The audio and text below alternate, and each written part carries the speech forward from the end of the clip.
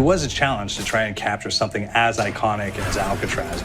You know about this. This is arguably the most famous prison in the world, and now you're in it. Just the space, the physicality of it, because it's quite claustrophobic. When modern-day prisons are designed, they really consider not intimidating people or making the spaces, as least stressful as possible. Well, Alcatraz didn't suffer from those restrictions. They did the research, they went out, studied Alcatraz, not just from books or internet. They were actually there to feel the environment, so it really sets a mood that gets you a little spooked. Well, we kind of started with the base layout of Alcatraz. The entire island we ended up roughing out in kind of a white box form, and then figuring out what play spaces we wanted to use out of that, what would be the most interesting areas to play in, and the connections between spaces, and spaces that the public doesn't necessarily get to go into. We really did a lot of pushing to really enhance that psychological horror aspect that we're really looking for. And this is a really good opportunity to really tell something special. Like I got stuck right through the gates to hell! This time around, I feel like it's been identified that there are these side missions that you're going to go out and try to accomplish.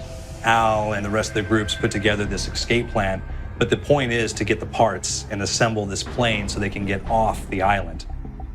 We did something new for the first time. We have actually contextual music that goes off. So that's a first for zombies. And it's all based around this horror thriller aspect. Every location will have a specific stinger that you hear when you find it, when you discover it, when you start unraveling the story, we start building on the music that you're hearing, and it's really enhancing that experience and going along with it in parallel.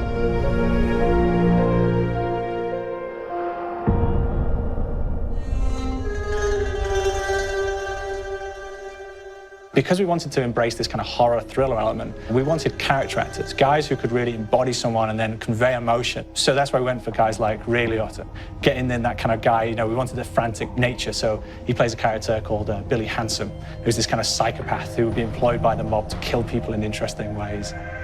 Chaz Palminteri, he plays a guy called Sal DeLuca, an old mob boss. Michael Madsen playing Finn O'Leary. He's kind of worked himself from the floor, from the streets. He's got his hands dirty and the blood and the guts a couple of times.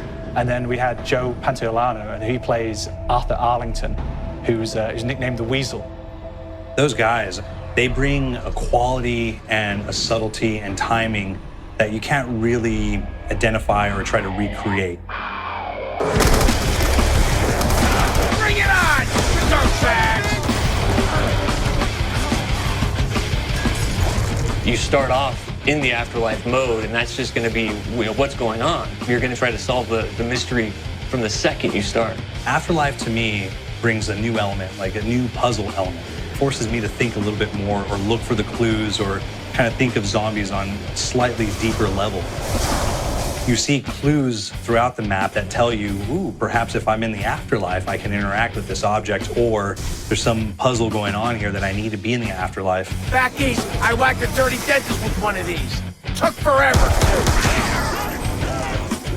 Alcatraz has a Civil War kind of fort background before it turned into a penitentiary. And so we had this kind of backstory, the idea that the warden would have collected Civil War weaponry. And one of them is a blundergat. It's a fictional weapon, but the idea of the combination between a blunderbuss and a Gatling gun. And possibly, there might be a way of upgrading it to a more fantastical weapon that the players may find. We all gotta go sometime. You just went now. There's one main zombie, one big zombie that's going to come through and wreak havoc on your life. He'll lock down the perk machine, he'll close down the box, so you have to pay to get that open again. So you don't want him to interfere with your process. Now's a good time to pick a fight. It's a fun challenge. It keeps things moving forward. In terms of perks, we have a new perk called Electric Cherry. When you reload, it gives a shock around, which scales over time. Who's asking for it, these balls? There's so much to experience in this map. Every time I play it, there's a new tactic to take, a new experience, a new objective to go for. But there's also this layer of things that we aren't exactly exposing to the players right off the bat and will need to be discovered. Don't let me go. Is it the calling we hear? we've got the undead in there, we've got these historical elements, and these fantastic actors all seem to be with peace with each other in this kind of same world. So it's magical, and our team is incredibly excited by it. This is the call.